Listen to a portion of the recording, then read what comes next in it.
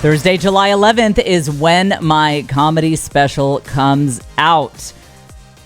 This is going to be a whole party. It's going to be a lot of fun. I have a lot of influencer friends who are going to be posting a little quote card that says, I'm watching Jen Fulwiler's comedy special. I think you'll see some big names posting it around the internet. And if you would like to get in on that and have a little quote card for yourself, you can download that. It's a PDF. You can download that at the link in the show notes. Caitlin, do not let me forget. This is the kind of day that we could easily forget. Look in the show notes. You can click on it. That will be a PDF that you can print.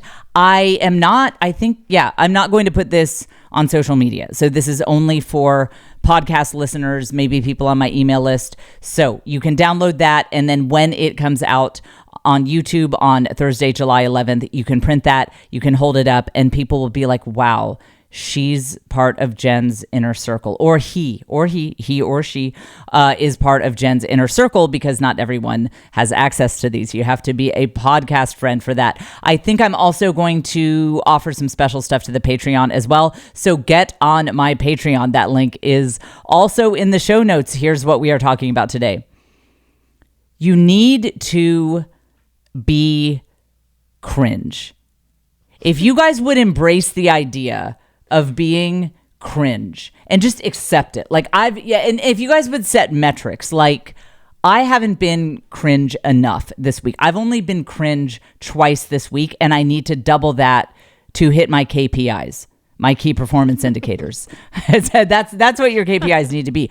It would change your life. Honestly, you would be living the life of your dreams, and you're not, because you are afraid of being cringe. Now, cringe is kind of a Gen Z term. So what do we mean by cringe? I have brought an expert on to set this up for us so that you are tracking with us. I have a scholar on Gen Z. This is someone who has spent 10,000 hours immersed in Gen Z culture.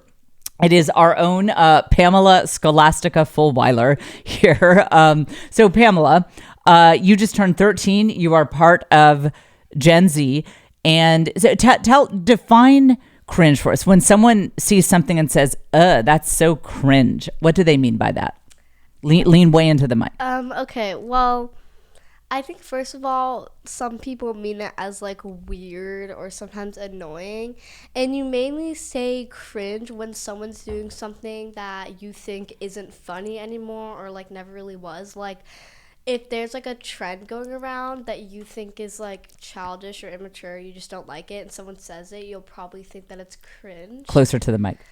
Well, if you didn't hear that, like if there's like a trend going around that you don't like or you think is annoying, or a trend that's not going around anymore which makes it annoying, then you might call, like, if someone does that trend still, you might call that like annoying or cringe. Okay, so and I would say, I'm not Gen Z, but I would say that cringe goes beyond annoying, that it's also like people pity you. Like, wow, that person is, because that's when you make the cringe look on your face, where that look. I mean, cringing is a look. If you look up cringing in the dictionary, it's where you kind of pull your face back in a pitying smile. So if you say that someone is cringe, you're kind of saying they're pathetic. You look down on them, correct? Yeah. And also you might say it when they're doing, like, this is just like from people at my school, they might call you cringe if you're like doing something they wouldn't see as like normal. Like let's say you have a hobby that they think is like annoying or weird or whatever, then they're going to call you cringe. Yeah. Now, do you think that people should be worried about being cringe? Not really, because at least you're not basic.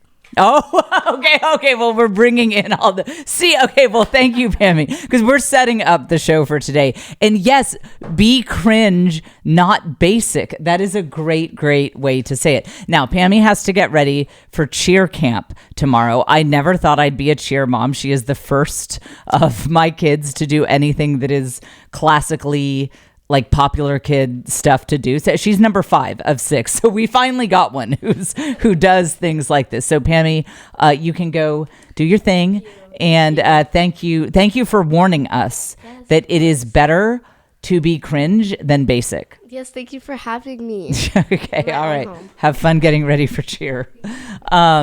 So we're still setting up this episode, but I wanted to get that definition. The reason we are so afraid of being cringe is because it makes people pity us. It's essentially saying that you're kind of pathetic and you have embarrassed yourself. And especially for those of us who come from middle class America, where the whole thing is that you're supposed to be a nice, respectable person who does respectable things. The idea of embarrassing yourself is frankly one of our worst fears. It's just our worst fear. To imagine someone you know looking at something you're doing, whether it's in person or on social media, and saying, "Oh, that's so cringe. That's so embarrassing."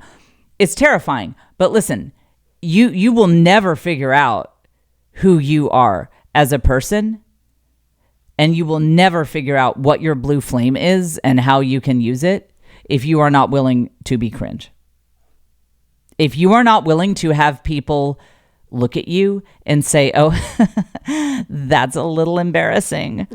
If you're not willing to do that, then you're just never going to live a fulfilled life. That is a prerequisite for having an awesome life that you really like, is that willingness to have people look at you and say that's embarrassing. There's a singer named Russ, and by the way, this is so funny that all the cool people know Russ because he's a hip hop artist who's popular among young people. Like they're really into his music, and I've gotten into his music, but it's because he wrote a book about how to get out of your head. And I read books about how to not be so in your head because that's the kind of person I am. And I really liked his book. And so that it's funny that's how I know about Russ. It wasn't initially from his music. It was because he talks to people who overthink too much. And one of the things he said is, sometimes when you're learning who you are as a creative, you might look embarrassing to people on the outside. But you know what's more embarrassing? Being the people on the outside. Oof. Yeah, that's the ultimate cringe. The ultimate cringe thing to do is to hold back, is to never try anything, to never put yourself out there because you're afraid of being cringe. Ironically, that's cringe. That's cringe, living your whole life and getting to the point where you're middle-aged and beyond, and you're talking about, I could have done this, I could have done that, yeah, I could have done that too, coulda, woulda, shoulda, sitting around telling stories about it, about what you could have done and never did. That's the ultimate definition of cringe, and that's what you're headed for if you're afraid of being cringe. So that is the main topic today. As usual, we will get to the main topic in the second half of the show. And boy, do we have a packed first half of the show. Once again, I am wearing a hospital bracelet on while I am recording this podcast episode. One of my children is hospitalized for pneumonia. I think she is going to be in the hospital all week. I am exhausted to the point that I can hardly see straight. So if I seem drunk on this episode, I'm actually not drunk. I am beyond exhausted because I do not sleep well in her hospital room. And I took medical tape and I put it over the hospital band so that we're not giving out our personal information on the podcast. That would be great if some of my YouTube haters were chiming in like, "Oh, nice social security number, Jen. You know, you suck and you have a stupid social security number," and they paste it in there.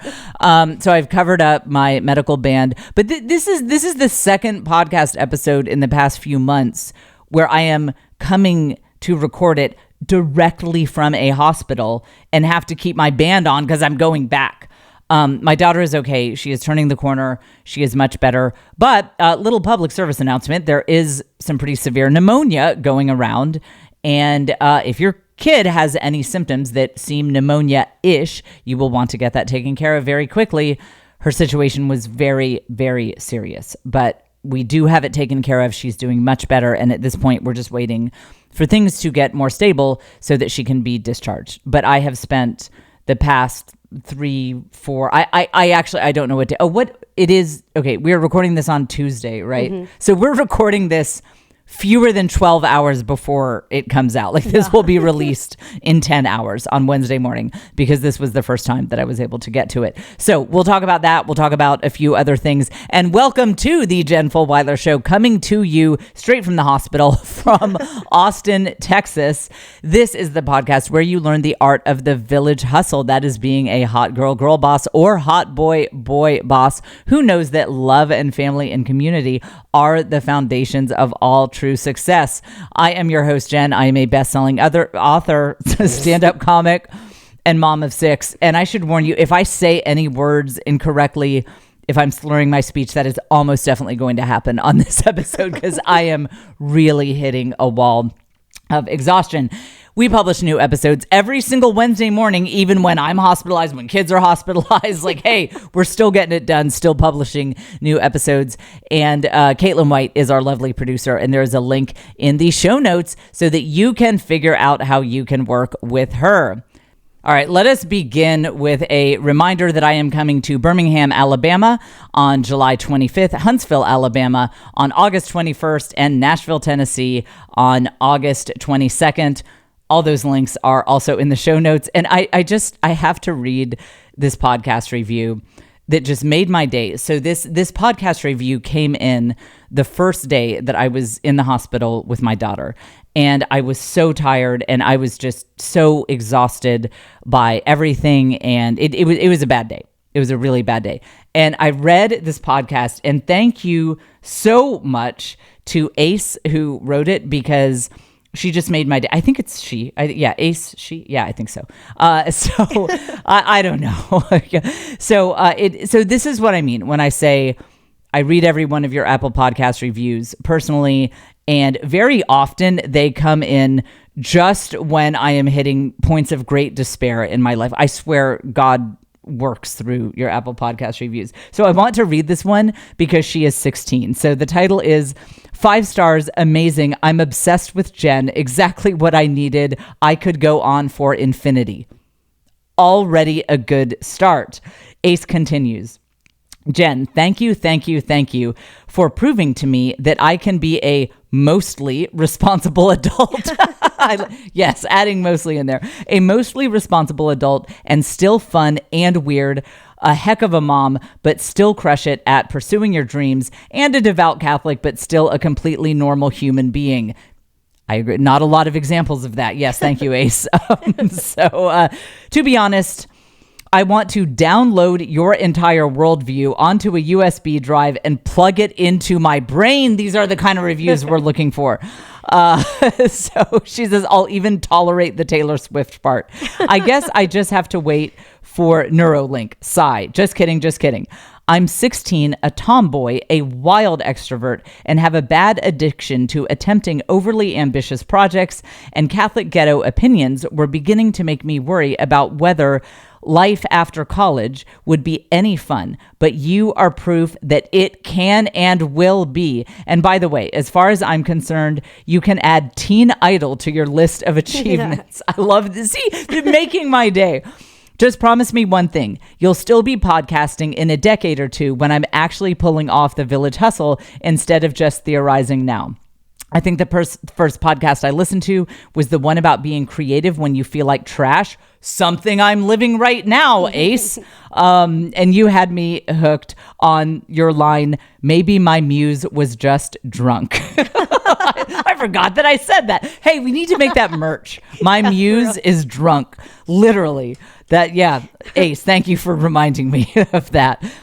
You have a talent for explaining stuff and giving advice in the most practical and fun way possible. You say everything that I think and want to believe, but that my cynical side needed extra confirmation on. A couple of comments. Your episode on the Harrison Butker speech was one of your best ever. After the trans episode, I must confess I have expected Caitlin to show up in a full nun costume on the next one just for the heck of it. Also, any chance there will be more rap beef talk coming up? Anyway, slay, Jen, slay. Round of applause for Ace.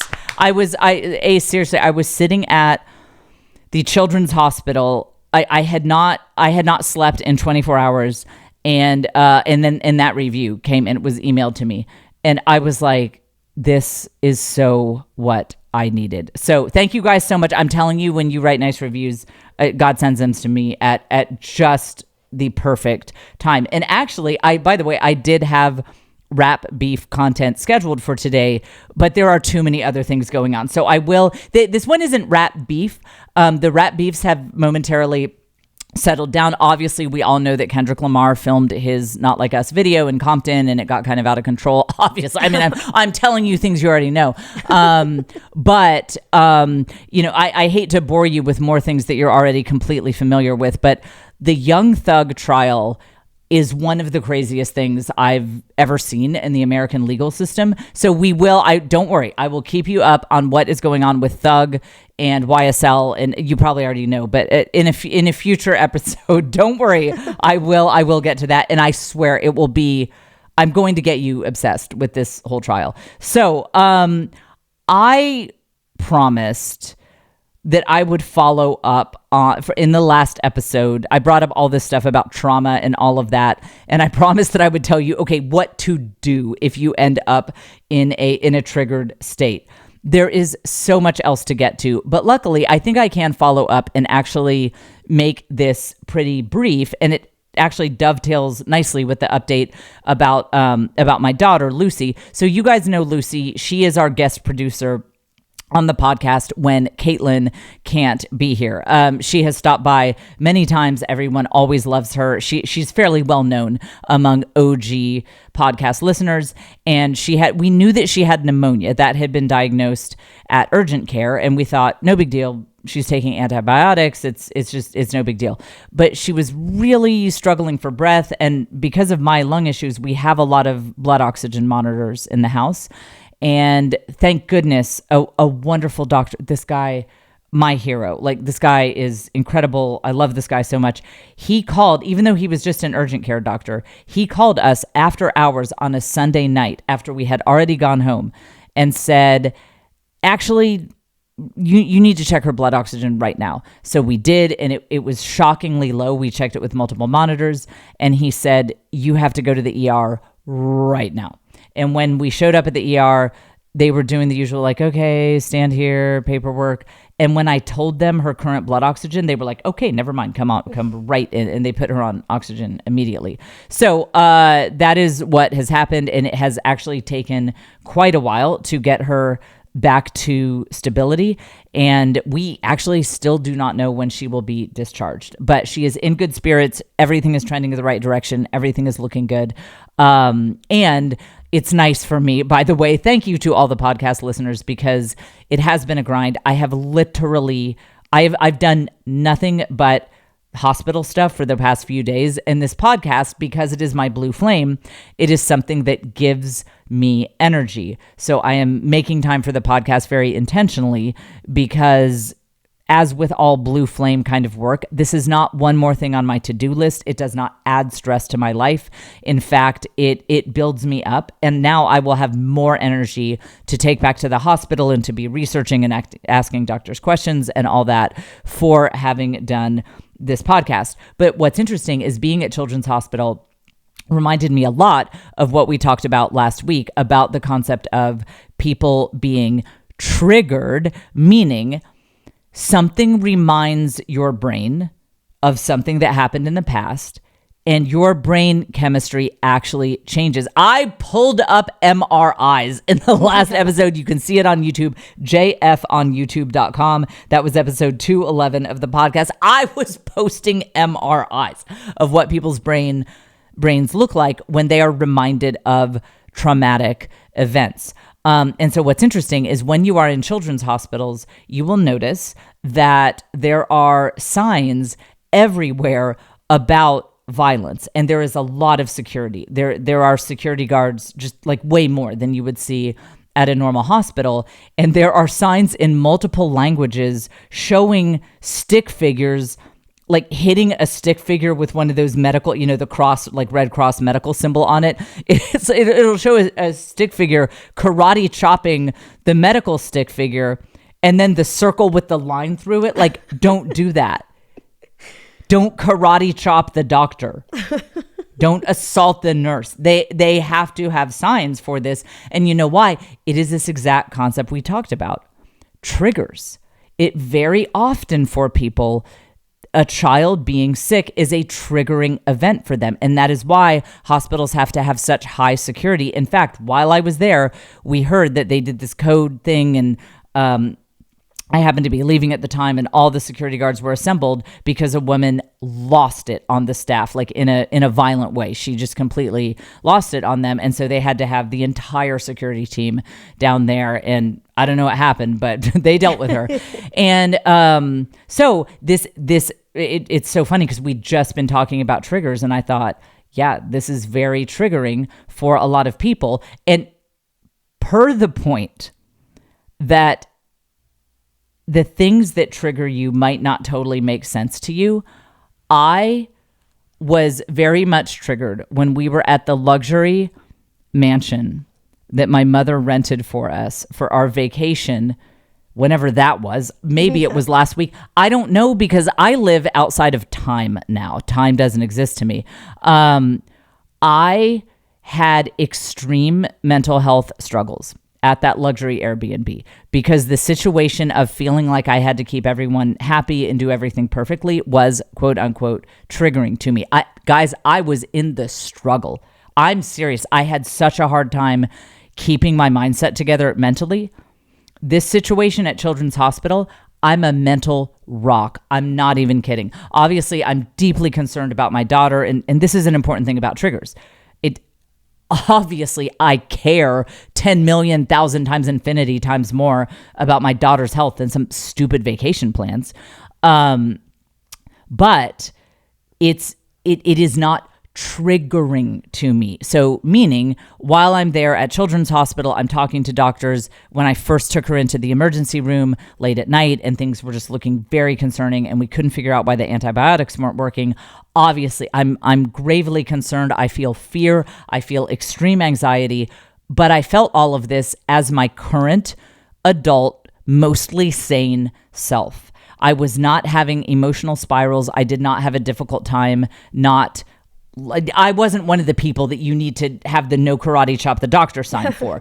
I was handling it all as my very best self because I was not triggered at all. I felt completely mentally stable, and I have. And this is with also, I don't sleep well. The bed that they have in her room, it's very, very hard, and it's just if you've ever slept in a hospital, they do their best, but it's very uncomfortable. So this is all with. I literally don't sleep at night. The only times I sleep are when I come home to take a quick nap, and then I go back to the hospital. So even on almost no sleep, tons of pressure. Obviously, the medical bills are they're like one of those tickers, like some stock market ticker, like up, money problems, all that. And so it's interesting that even with all of those extenuating circumstances, I am completely fine mentally, whereas I was not on vacation. So that is how I think some people do not recognize when they are triggered because they think, I'm at Disney World. How could this possibly, why would this trigger me? But it's not about the severity of the situation. It's about, does it tap into a place in you that was not able to be healed when you were younger? So, okay, now what do you do about it? This is where you should probably, maybe get some advice from someone who's not a crazy stand-up comic like anyone but me. But I at least want to set you in the right direction. I have done years of research on this, and what I am convinced of is that it is all about somatic release. Somatic means it has to do with the body. Look, I don't have time to do show prep. I don't have time to be opening up the Merriam-Webster dictionary and looking up the word somatic. It has to do with the body. It has to do with being in your body. And there's so much compelling and interesting research about how when animals in the animal kingdom experience scary things, they physically react. They shake it off or whatever. So I am pretty convinced that most people probably actually don't need to sit with a therapist and talk about the time their mother didn't bake them the cookie they wanted and how traumatic it was for them. Unless you've been through something that's really pretty severe. My opinion as a stand-up comic, please, for the love of God, see a medical professional, is that you might not actually need to unpack every sad thing that ever happened to you, because it almost doesn't matter for most of us what causes the trigger. It's just, what are we going to do about it when it happens? And it's about releasing those feelings that were never able to be released back in the day, whenever it was that stuff went down. And so, frankly, I think you should dance around and shake and move like a maniac while you are trying to get in touch with those feelings. So it's not just about dancing around your living room like a maniac while still remaining completely emotionally dead. It's about taking that feeling, when I'm in the terribly difficult situation of being in mansions on vacation. It's such a cross for me. And really connecting with that emotion, letting myself feel it. Like, what is it I'm feeling? Okay, I am so afraid that people won't be happy. And imagining it, like letting the worst case scenarios play out in my mind. Like, my family completely falls apart because I didn't get this one vacation right, and because that one kid didn't like the restaurant we went to, and now she'll be alienated from the family, and this will be the beginning of the end of our family unity, and everyone will blame me, and all of us will end up dying alone. And but that is seriously trigger brain. It is telling you all this crazy nonsense that you suppress because you're like, that's too crazy for me to even. I'm not that crazy, am I? No, surely not. So you suppress it. It's about allowing all of that craziness to come out and just kind of like shake, and just let yourself think all the crazy thoughts and just kind of let it out. That is what I have been doing. That is what works for me. Just type somatic experiencing into YouTube and learn from the pros, okay? Because who knows? Maybe I'm dancing like a maniac in the bathroom for like no reason. And for those of us who are living village lives, one of the issues we have is it's hard to find privacy. So you may need to do this in the bathroom. I really did in the Airbnb. I was like jumping up and down and letting myself kind of whisper, like everyone's going to be mad at me. Everyone's going to be, but I will say, I walked out of that bathroom a more sane, more calm person. And you can kind of imagine a parent at the children's hospital who is very triggered by the whole situation, and they're spiraling, they're very upset. Frankly, you can kind of see how if they would lock themselves in one of the family bathrooms where you have some privacy and let themselves whisper all of their fears. What if something terrible happens? And just jump around and shake it out. Doesn't that kind of sound right, that might help them calm down and that might help them feel better? Doesn't that kind of hit when you imagine that? So Google somatic experiencing. Basically, you need to act like a chimpanzee. Chimpanzees, like, they run around and they scream and they pound their chest and stuff because they're not repressed like we are. So that is my tip for you, and that is the part 2 that I wasn't able to get to in the past episode. Now, this is one of the reasons that I just had to do this podcast today, is because with everything going on right now, I think it is it's really important that I take the time to hate on people who set off fireworks for the 4th of July. That is a priority for me. We do have a medical crisis playing out in our family, but I also think that it's just really important that I take a minute to set aside some hate for people who do that. And I want to say, I'm not categorically opposed to fireworks as a concept. I understand that having bright lights in the sky are great. I wish we could do it without the noise. I am a neurodivergent, deeply mentally fragile person, but I do wish we could do it without the noise. But fine, I get it. I understand the appeal of having the bright lights in the sky. What I do not understand the appeal of is personal fireworks, such as black cats, such as bottle rockets and the like. And I live in Texas, so you can imagine it. Every stereotype you think about Texans and their fireworks, it's all true. A lot of stereotypes about Texas are not true. That one's really dead on. Whatever you imagine my Texan neighbors would do on the 4th of July is actually probably pretty accurate. And I always, whenever I see people in neighborhoods setting off fireworks, I always want to start a round table discussion, a focus group, if you will, where I inquire of them, what is it that you are hoping to get out of this fireworks experience? Because if you go to like your big city's fireworks display, what attracts people to it is the novelty. That there's the one that it explodes in the sky and it looks like a big purple spider. Exciting. And then what will the next one be? Ooh, this one might be a totally different color. Or there might be some little small ones that go pop, pop, pop, pop, pop. So for large fireworks displays, it is the novelty that excites us, that we don't know what is happening next. And the noise is simply an unfortunate byproduct. The noise it's a means to an end to get the pretty colors in the sky.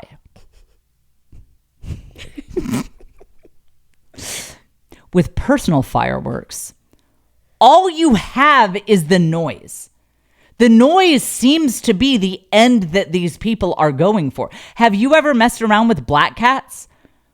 It's like a tiny spark. Like light a lighter. There you go. There's a spark. Is that exciting? Do you like, is it, we can all just, when you click a Bic lighter, there's a little spark. So do we like that? Is that you can see a spark? I can show you sparks other ways. We don't have to do all of this racket of that pop, pop, pop, pop, pop. My whole neighborhood, it's like, it's just constant noise of all the little black cat fireworks. And then the bottle rockets. Oh.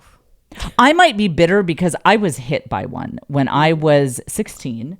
They had the bottle rockets in a jar, and it tipped over right as they started going off. I should have kept this shirt. I had a shirt. I was hit right here in the shoulder by a bottle rocket, and thank God I ducked away. I mean, it hit me, but then I ducked away right before it exploded. You guys know my temperament. You know who I am.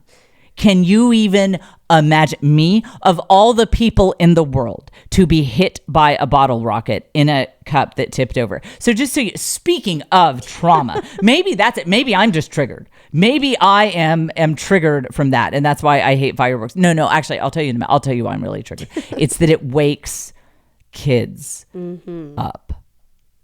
That'll be my villain origin story. That they should make that a Marvel comic villain, a mom who just snapped when she finally got her kids to go to sleep, and then someone started setting off bottle rockets outside their window, and then she was like, went all across the world, like, you can imagine them like locking people in a room, in a cell with like 50 bottle rockets that they just set off like that. That would be my villain origin story. Do you like it now? Yeah. You like it now?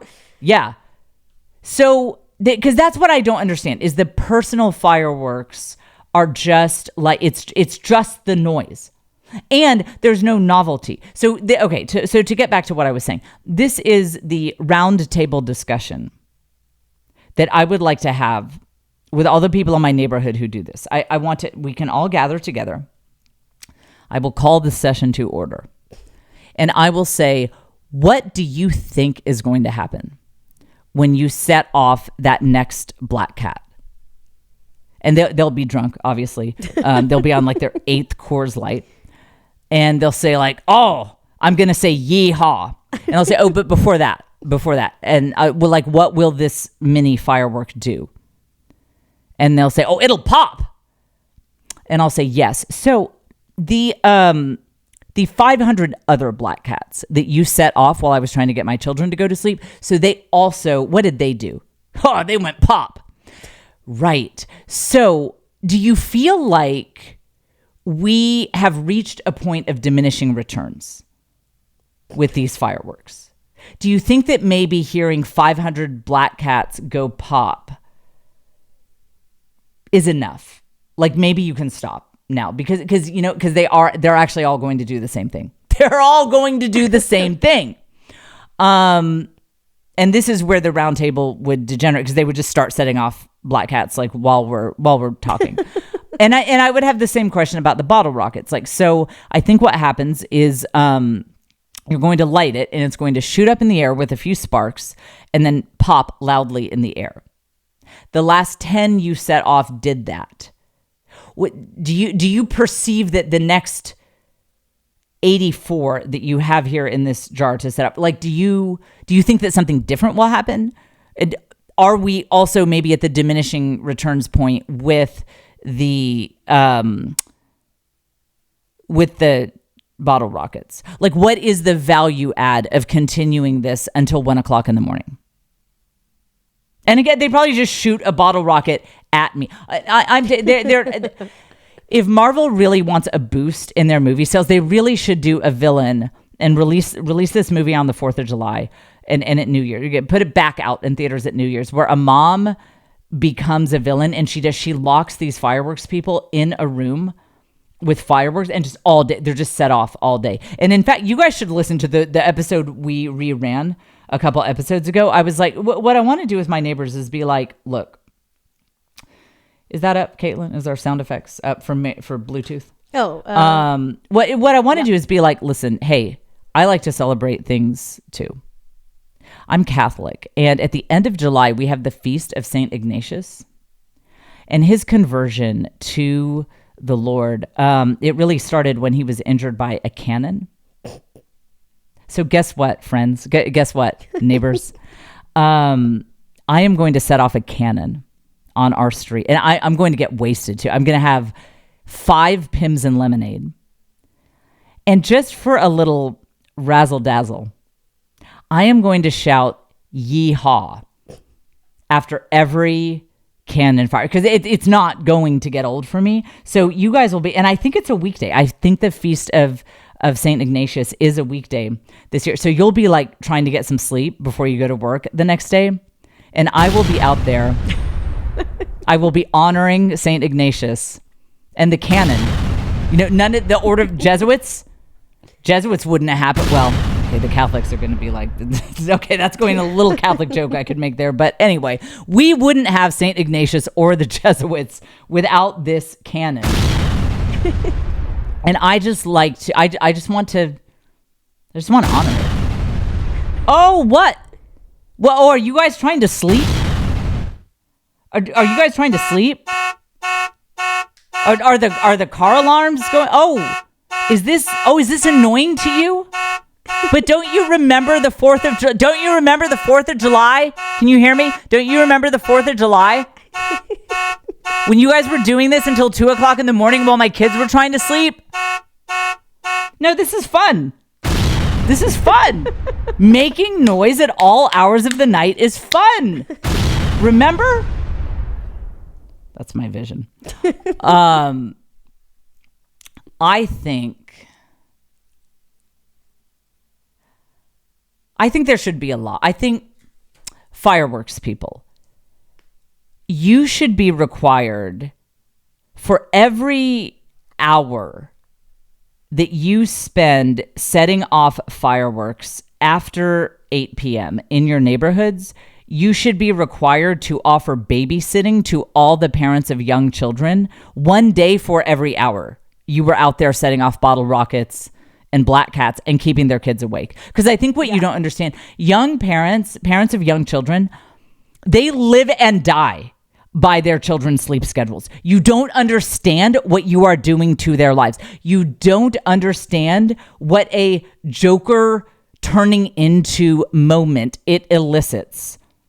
When they finally had a quiet house, it's been crazy. They got through the witching hour, which is the hours leading up to like in between dinner and bedtime, when kids, they're just like riding around on their brooms. Like they just turn into, it's insane. It's like, if you've ever seen Stranger Things, it's like your house turns into the upside down in the witching hour from 5 p.m. to 7 p.m. It's like they're Demogorgon, the little kids. They're just Demogorgon. And so you get through it. You're out of the upside down. It's like the finale of Stranger Things. We did it. We conquered the Demogorgon. We're back in the, what do they call the regular world in Stranger Things? The right side up? Oh, I don't know. Whatever. I guess they just call it like the world. Okay, so you're back in the right side up. And then you hear fireworks going off. And then you hear, Mommy. And then it begins. And then your night's over. There's no more peace. Because always it's like they slept for an hour, so now they're not going back to sleep. Your night's done. And you're going to deal with fussy, crying kids all night long. And I just think that fireworks people, that's actually fine. If you guys want to set off your black cats and your bottle rockets, fine, do it. But for every hour after 8 p.m. that you are doing that, you owe every family in your neighborhood individually a day of free babysitting for them. And I think that is Caitlin, you have 4 kids. Is that a fair deal? That's 100% fair. I think it's maybe letting them off a little bit easy. I think that might be letting them off easy. Okay. So that is my annual fireworks every year. Every year I have to go off on this. So by the way, I'm doing something that's very exciting to me in the Village Hustle Patreon. So the after party is the basic level. We do that after party after each episode. And in this one, I'll go into a few more details about what's going on with the hospital and our medical situation. And then the Village Hustle Patreon, it's like the cheapest life coaching you'll ever get. I go into all the details of how I run my life and my business. And in this one, and for the next few weeks, I'm going to bring you all into my one-woman promo machine that I am doing, including how I am making all this work while being at the hospital. I actually haven't recorded next week's, but I think I'll record it at the Children's Hospital and just show you those behind the scenes and what I'm doing there. So you can get all that info. Link is in the show notes. And then the one that's up this week, I started that. I showed you guys on the Village Hustle Patreon the stuff that I ordered to do a very creative mailing that will get people's attention. I'm kind of known in the comedy industry and the publishing industry for doing marketing that really gets people's attention. And usually people think my publisher or my record label started this.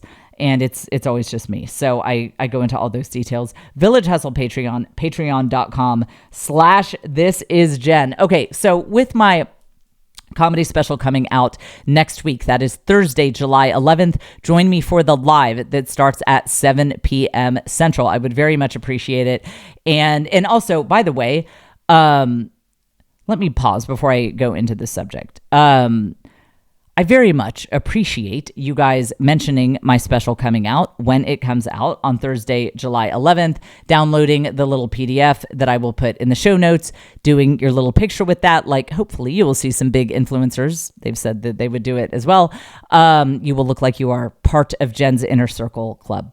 I appreciate you helping me with this because part of Village life is that I don't have nearly the resources as other people in this industry. And the industry that I'm in order to get your message, worldview, content, whatever out there, you have to make some noise. Otherwise, you'll just fade into the background because so many people are content creators. So many people are doing this. And it's one of the reasons why it's really important to have the highest quality products and why I worked very, very hard to produce an absolute top quality comedy special. I really do believe it's a top quality special. So now you have to get the word out about it. The vast majority of people in the comedy industry are either men who their wives are primarily raising their children, or they're women who don't have children yet, or a couple of women whose kids are already out of the house. It is there are a few, but it's very, very, very hard to find women who do stand-up comedy who are like actively currently raising kids. Again, there are a few, but a lot of them, by the way, were multimillionaires before they had kids. So like they had already done the promo and all the stuff that got them to that multimillionaire level before they had kids. And so now they have kids and they're making it work, but it's it's a little easier when your income is, eight figures. That I'm not saying it's easy, but I'm just saying it helps. So building a career like this while you are living a village life and while you are keeping your priorities in the right place is not easy. What a lot of people in my position would do would be to fly to LA, and then I could have my manager, who's pretty well connected with a lot of big comedy people out there, he could have me do the podcast rounds and stuff like that. And I mean, literally overnight, I could probably have like 200,000 views to this special if I got on the right podcasts, which might be possible if I could go set up shop for a week or two in LA.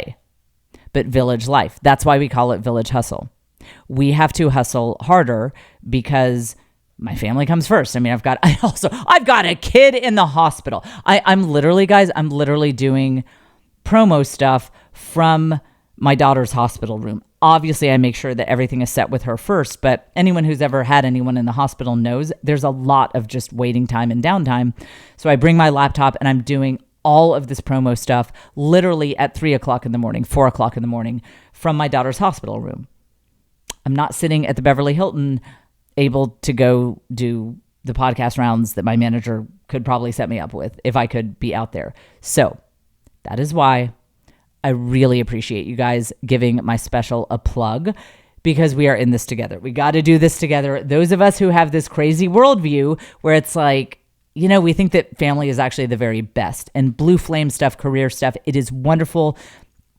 I think it's kind of an essential part of life, but it works with family, and family is always going to be that first thing. We got to stick together because not a lot of us see the world this way. So just a sincere moment to say anything you want to do, to give a shout out to my special, because I'm not able to do the media that a lot of people in my position who aren't living a village life would be able to do. It would very much help me because of my village life. I'm always the underdog. I never have the time resources that all of these other people do. Like, I can't pick up and move my family to New York or LA because I can't uproot my kids, that sort of thing. So thank you very much in advance for your support. Let's talk about my special, but really what I'm getting to is the power of being cringe. So I mentioned, I'm really excited about the special. I'm really excited about how it turned out. But I mean, in order to get here, in order to build this career that is great. I mean, obviously I want to take things to the next level. We need the comedy millions because I cannot run my life any longer without the 10 full-time staff members that I need. And that's just for the home. I need another 10 for my business. But even though I have these desires and I want my career to go to the next level, it's working great. It's incredible that I can make the money that I make doing this kind of work that I genuinely love. So how did I get here? It was a lot of being cringe. I mean, going back to writing my books, when I think of the first drafts that I would write of each book, cringe. Listen, if you've always wanted to write a novel, you dream of that, you would love to write a novel, probably one of the things that's stopping you is you tried writing a couple paragraphs and you look at it and you say, cringe-o-rama, this is embarrassing. This is like, I shouldn't be allowed to use the written word. This is it. Who am I? I would die if anyone saw this. I'm not even kidding. When I was writing my books, especially the first one, I used to seriously fear that I would die and someone would find it and and after my death, they would lose all respect for me. They would be like, wow, well, we thought that Jen was not too dumb. And like, we even thought she had a little talent, but then we're reading the draft of this book and she was an ignoramus. She couldn't put two words together. This is so cringe, let's bury her in a different cemetery. Like we don't really want to be associated with this. I seriously was so afraid. I actually wrote, I did a footer on the Word doc that I was writing in that the footer said, like, this is a garbage first draft. I'm just messing around so that if anyone ever saw it, they wouldn't think that this is me. That's how bad it was. And so we're afraid of that. And you know what's interesting is so many people, especially people of faith, especially people who come from the mean streets of the Catholic ghetto, they often talk about how they don't want to be worldly, and that's why they're not following their blue flame. They're like, personally, I am about what matters, and that's family, and that's really all it is, because that's the most important thing. Can I say one more thing about the Harrison Butker speech? Because I meant to say it like 5 episodes ago. Hit the special sound effect that we had our best men design from when I'm doing a tangent, but it's not really a tangent because it's something I meant to say 5 episodes ago. My husband actually pointed this out when we were talking about Harrison's speech. When Harrison did that patronizing, simply, being with the children is the most important thing in the world. Like my wife being a mom, it's the most important thing in the world. And I talked in that episode, like, why didn't he say that about being a dad for him? And my husband pointed out, he's such a finance guy. He's like, well, Harrison has made about, X amount of money, blah, blah, blah. And so if that's really just the best thing in the world, and that's like all there is, he doesn't have to still be an NFL kicker. He's made enough money. My husband calculated, he was like, so if he invests that just based on interest, they might be able to live off of the interest of what they have already invested. So, I mean, if Harrison really means that there's just no value in doing work outside of the home, as he was saying for his wife, he does not still have to be a kicker in the NFL. He could retire tomorrow. Retire tomorrow, Harrison, because that's what we're hearing from you, is that there's just no value in sharing your talents with people beyond the 4 walls of your home. You have enough money. You don't need to still do this. You're not working at a factory to, barely pay the bills. So when you come from the Catholic ghetto, as Harrison and I both do, but even really in any kind of faith-based circles, there is that group of people who are like, I don't want to be worldly. I don't want to be worldly. But as Harrison Butker himself could tell us, there's actually great value in sharing your talents with the world. I think it's great that Harrison's an NFL kicker. I think he should encourage his wife to say, if she has talents that she might want to share with the community beyond her home, I'm sure there's a way to do it. They got enough money. And yes, of course, family would always come first for her, just as it should for him if he understands his own theology at all, just as it should for him.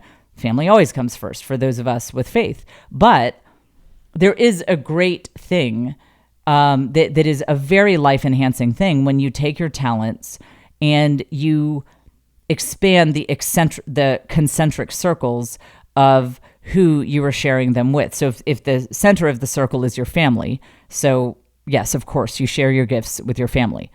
And then there's like maybe the people in your neighborhood, that wider circle. Then there's maybe the people in your town. And if you get to Harrison's level, maybe that's great. Praise God. You're sharing it with an entire nation, with Chiefs fans and those who hate them, giving the haters something to do with their lives. That's great. That's awesome. And which level of the concentric circle you get to, that's up to God. Maybe God just means for you to, some of our neighbors, they have an incredible blue flame of hospitality. And so when they moved to the neighborhood, they actually created these really cool gift packages where they brought a bottle of wine and some baked goods. And I want to say even a book, or it was something. And they just went door to door and just said, hey, we're new here and this seems like a great neighborhood. And we just wanted to let you know our home is your home. And that is an example of using a blue flame. They didn't reach Harrison Butker's level of success with it. They didn't get to that concentric circle because that wasn't God's plan for what they're doing. But they made a big impact on our neighborhood. Everyone was talking about it. They were like, wow, this, I forget what it was, brownie, cookie, or banana bread or whatever. They're like, wait, we got to get this recipe. This is amazing. And love is always a good thing. And when you are doing something selflessly, you have some talent and you're sharing it with people and they are receiving that love from you, that's always a good and beautiful thing. So there's this false dichotomy of are you putting your family first, or are you selling out your family and you don't care at all because you're all about career? This is like, it just doesn't exist. It's an absolutely false paradigm. It's this binary, do you love your family or do you despise them and you're just all about greed and worldly wealth? It doesn't exist. The right way to think about it is that concentric circle that, yes, you're always going to be sharing your gifts and love with the very center, the circle. Do they know what concentric circles are? Okay, look, do a Google image search of what is a concentric circle and then put it up on YouTube, please, jfonyoutube.com. That's the right model. And if I weren't living at Dell Children's Hospital right now, I might have even had one to demonstrate my point. But right now we're just going to have a blank one that Caitlin here is going to show you. You mean to hold it up or put it on the thing? Put it on the YouTube. Do it, put it on. Make us look official here. We've got graphics. That's why you need to subscribe to my YouTube channel, because we have graphics. Okay. Oh, I forgot to mention my comedy special comes out on 800 Pound Gorilla's YouTube channel. Not mine, but you still need to like and subscribe to mine. That's a horrible concentric circle. Do the rainbow one. Yeah, that one. Okay. So this is the right way to think of it. Instead of this binary, I'm checked into my family, or I hate my family and I'm about pursuing these other things, just scrap that. Forget that existed. Just have a lobotomy on that part of your brain. Think in terms of the concentric circle. So your family is the circle at the very center. You will always be hitting that circle with your love and your talents. But it's great. So, all right, on jfonyoutube.com. Okay, so there's really, just if you're not pulling this up on YouTube, it's just a bunch of circles, guys. It looks like a record, okay? A record with there's a little circle in the middle and they go out and out and out. And so then let's imagine the next bigger circle is your neighborhood.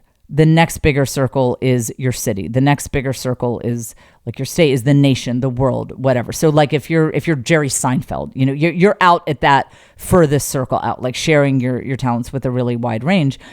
And I think the goal should be, I think what leads to a really happy life is, I think that each one of us is meant to share our blue flame with people beyond the four walls of our home. Now, how far out on the concentric circle do you get? It just depends on what's going on in your life. In fact, a friend of mine, her name is Kat Hodge. I think she goes by Mary Hodge now, but I'm going to call her Kat because that's how I know her.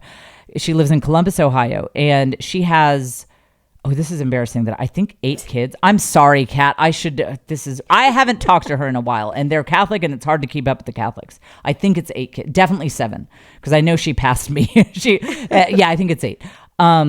So she's a homeschooling mom of 8 kids and a major intellectual. We used to always go over to the Hodges house and we would talk philosophy and astronomy. Her husband's father ran a planetarium, where you could see in the dome, you can see all the galaxies and stuff. So he was a big astronomy guy, and so was my dad. So we really bonded on that.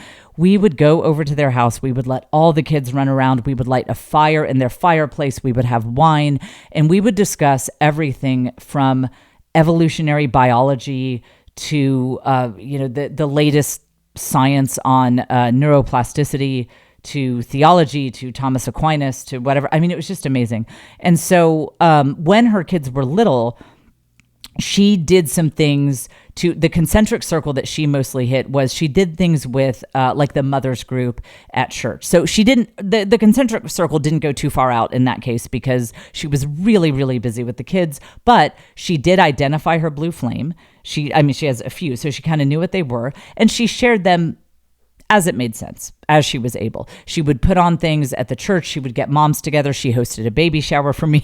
And as I kept having kids, then you got to go deep with the Catholics to get people who still care to have baby showers for you. Everyone else was like, we're going to give you gifts when you're not pregnant because that is the incentive system that you seem to need. But so she would just do all sorts of stuff with that little concentric circle. But then, dude, she put together this whole production of this whole play. I mean, costumes, singing, dancing, the props coming down out of the ceiling and musical numbers and all this. And I think her youngest is probably only 4 or so.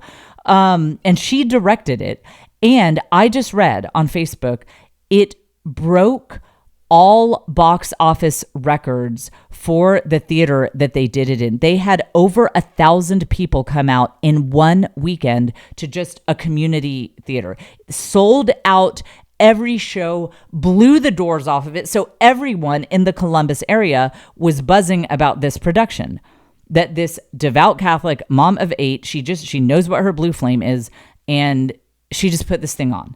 And I know, I'm sure she had help, blah, blah, blah. This isn't an award speech. The point is that the concentric circle of who she was meant to reach with her blue flame, it changed. For a while, it was really pretty small. It was like the people at the parish.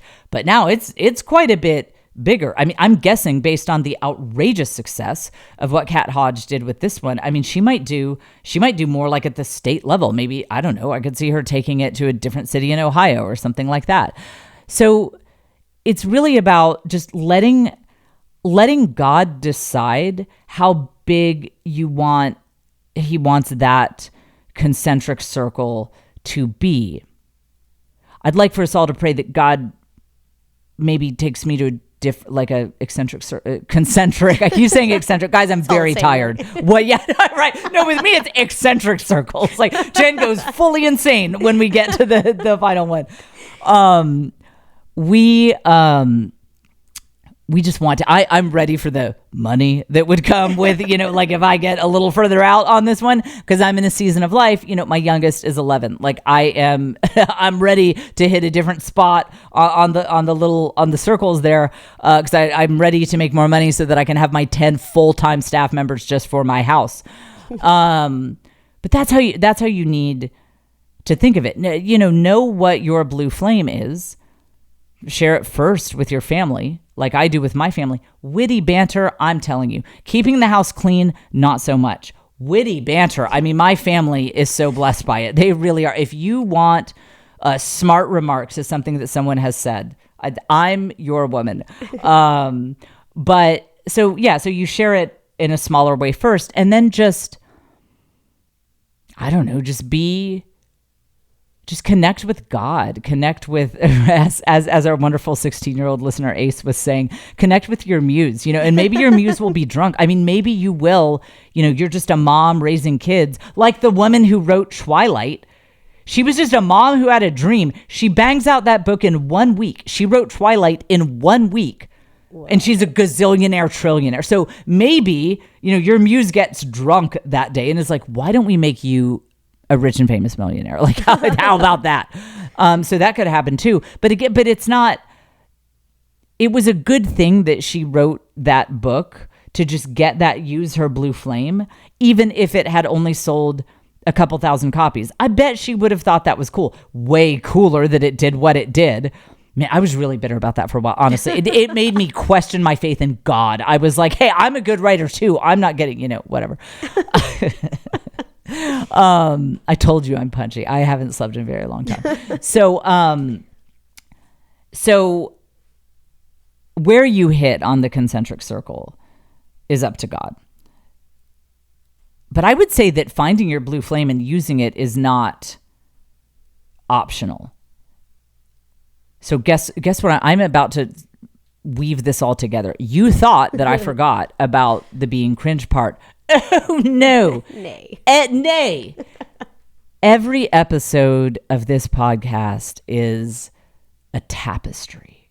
It's a tapestry where it seems like I've lost the thread and then it pops up again and it all comes together. Here's what this has to do with being cringe. I have to suffer through so many people using their faith and annoying God by talking about how they're not even looking for what their blue flame is. Lord knows they're not using it because they're all about family. Unlike some of us, unlike some people like Jen Fulwiler, we prioritize family. all of those people, they're egomaniacs who are afraid of being cringe. That's all it is. They are afraid of trying and being embarrassing. And so they are using their faith as a cover. You know how sometimes cowardly people will use someone as a human shield? You know, if there's like, someone's like, you know, shooting arrows like back in the, sorry, my son and I have been talking about the Punic Wars, you know, as you do. So people are shooting arrows and like some coward would grab another guy and hold him in front of him. Guys, that's literally what you're doing with God. You're using God as a human or a divine shield for your ego. You're really afraid of putting yourself out there. You're afraid that you'll sit down and actually write that novel and it'll be so embarrassing and it'll be cringe. And it'll just be embarrassing to you and it'll make you think you're not that smart and you'll, you know, and that you have no talent and that, you know, you lifted the hood on your gifts and talent box and there's like nothing in there, like a couple of roaches run across the place and it's empty other than that. That's what you're afraid of. And so you're using God as a human shield here and being like, no, God doesn't want me. No, because I'm a good Christian. Like, why can't you write a novel when you have kids? I mean, I know you don't have as much time for it as other people, but really, like, you couldn't 3 times a week? Couldn't find an hour? I think you can. Because if it's your blue flame work always gives you energy. Again, that's why I'm doing this podcast in the middle of the insanity that is my life right now, trying to launch a comedy special, kid in the hospital as we speak. This gives me energy. I will have more energy to pour into my family for having done this podcast, because saying crazy, unhinged, woven, tangent-filled stuff into a microphone is my blue flame. It's what I'm here to do, guys. So obviously, like, it's not to use your blue flame. It's not taking anything away from your family. It actually gives you more energy and love to share with your family. The reason you're not finding and seeking and doing your blue flame, or even like you're saying, well, I don't think I have one. I think you're just afraid of being cringe, because you might, let's say you might try being a fashion influencer. Like, you love fashion, which, by the way, is such a gift. I mean, if you can look at an outfit and see why it works or doesn't, galaxy brain to me. I not for $1 million. So some influencer will be like, don't put your belt here, put it here because of the lines. And I'm like, you're right, but I would never have seen that. So if you, I think sometimes you guys, your blue flame is so obvious to you, you think everyone has it. Like my friend Leah Darrow, she can just look at an outfit and say, oh, you need to pull up the belt a little bit. And then also, like, if you add a scarf, that'll make the line, this line connects with this line, and you don't want that color shoe because it breaks up the color. She's totally right.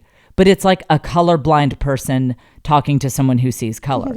It's so easy for her. She just sees it. She's like, that's red, that's green. And I'm like, oh, you're a genius. This is blowing my mind, because I just don't see it. She didn't realize that was a blue flame of hers, because she said, well, I mean, Jen, everybody looks at outfits and is like, yeah, don't wear that color shoes. You should do that. And I said, no, like, not at all. Not at all. So let's say you realize you have that gift and you think, oh, I have a little bit of a different style. I have a different spin on it. Maybe I should start an Instagram or a TikTok and show people. And you do a couple videos and you post them, and someone writes in. So you get 5 views to the video. 3 are from your mom, and you get 2 comments. One is a bot, and the other one says, this is so cringe. Delete this. This is embarrassing. That would be horrible, right? Like that would be so, that, like, we fear that. And so that's why you'll go replay the Harrison Butker speech and be like, I'm just all about family life. That's me. I don't want to sin by spending 30 minutes a day on something that fills me up and gives more energy back to my family. So no, you pull God in front of you like a human shield for your ego. And you're like, yeah, no. I'm just, I'm just going to go find some nice Christian fundamentalist influencers. And I am going to just, spend 5 hours baking, even though, like, that might not be my blue flame at all. And that might not be the best way to serve my family. And it might even completely exhaust me and make me have more just anger and exhaustion towards my family, because baking is not a charism of mine. It's not a blue flame. And it's actually really hard work for me. but I saw some Christian influencer, Proverbs 31 woman, Anna or whatever. I saw her baking sourdough. And so that's what I'm going to do. And it's like terrible for your family because it just exhausts you. It's all about ego, guys. It's all about ego. And so let me tell you this. I love the Blue Flame work that I do. I'm so grateful for my career. I'm so grateful to be where I am. I'm so grateful to have hit this level of success. I'm so grateful in advance for the multi-millions of dollars that are going to come in. I'm grateful in advance for my 10 staff members, full-time staff members. I'm grateful in advance for the 10 assistants Caitlin will have in the work she does for me and for her BMW. And this podcast is sponsored by Joel Osteen. We're claiming God wants me to be rich. Look, and I know like that's not gospel. I don't know if he wants y'all to be rich, but he wants me to be rich because I need it. I think I need it more than you guys do. So anyway, I'm very I am sorry, I'm reading something. Oh yeah, okay. Sorry. Listen, it's a wild ride over here. I could not possibly be more grateful for the life that I have, that I'm thrilled with my family life. I'm thrilled with my relationship with my children. I'm thrilled with being a mom. I'm thrilled with it all. I'm thrilled with my career. I can't believe I get to do this. I can't believe I get paid to do this. Not the podcast, but lose money on that. But with the touring and the stand-up comedy stuff I do, I can't believe that I get paid to do this. And you know how I got here? Pure ego death. I have been cringe more times than you've like taken a breath of air. Like as my 16-year-old listener, I have been cringe more times than like minutes that you've been alive. And I think that's the thing with like me being, bullied in school and like never fitting in. I just got to a point where I was like, I've been told that I suck so much that it's just lost I just don't care. Like I know that everyone thinks I'm an embarrassment and everyone thinks I'm not whatever, like I'm not good enough and I don't fit in with these people and I never will. And they all think that I'm awful and like whatever, ugly, stupid. I've heard it all. And I just heard it so much that it was like, oh, okay, well, I might as well go do some dumb stuff online because like I'm never going to get these people approval. And that's how I got here, was that it just pure absolute ego death, just doing cringe things over and over again. And let me tell you this, if you only take one thing away from this episode, be glad you listened to the end because this is the real gem of it. Being cringe is part of the process of being a creative. Because the whole process is that you put yourself out there and you just keep releasing stuff. You just keep releasing products and projects and things like that. And you see what people think. And sometimes people are going to think, this is cringe. This doesn't work at all. But what you're trying to do is find that overlap. Okay, we talked about concentric circles. Now we'll talk about Venn diagrams. You're trying to find that Venn diagram where they overlap of what really feels right to you to put out there and what other people want to receive from you. There's actually only a small amount of overlap there. And you're trying to find that. And so what that means is you're going to have to hit on the part of the Venn diagram that people don't want, and it's going to be cringe. But being cringe shows you what you're not, and that's how you find out who you are. So if you're not being cringe, you're not being creative, and you're not being yourself. I think that's a great note to end on. Go download this PDF. It's in the show notes, and get ready on Thursday, July 11th. Help me out. I'm living this village. Like I can't be in LA to do media. Post this on your social media. You'll look like you're part of my like inner circle. Download the little graphic that we have. Get it ready for Thursday, July 11th. Start posting it. Tell everybody about my comedy special. And I'll be back with you next week, release week, here on the Jen Fulwiler Show.